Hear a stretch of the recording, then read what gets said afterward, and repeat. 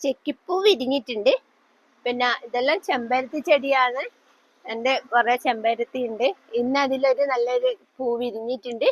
പിന്നെ ഇതിനെല്ലാം മൊട്ട് വന്നിട്ടുണ്ട്. ഞാനിപ്പോ എല്ലാം കട്ട് ചെയ്ത് വളയെല്ലാം കൊടുത്തിട്ട് ഇപ്പൊ അതിന് മൊട്ടിതാ വന്നോണ്ടിരിക്കുന്നുണ്ട്.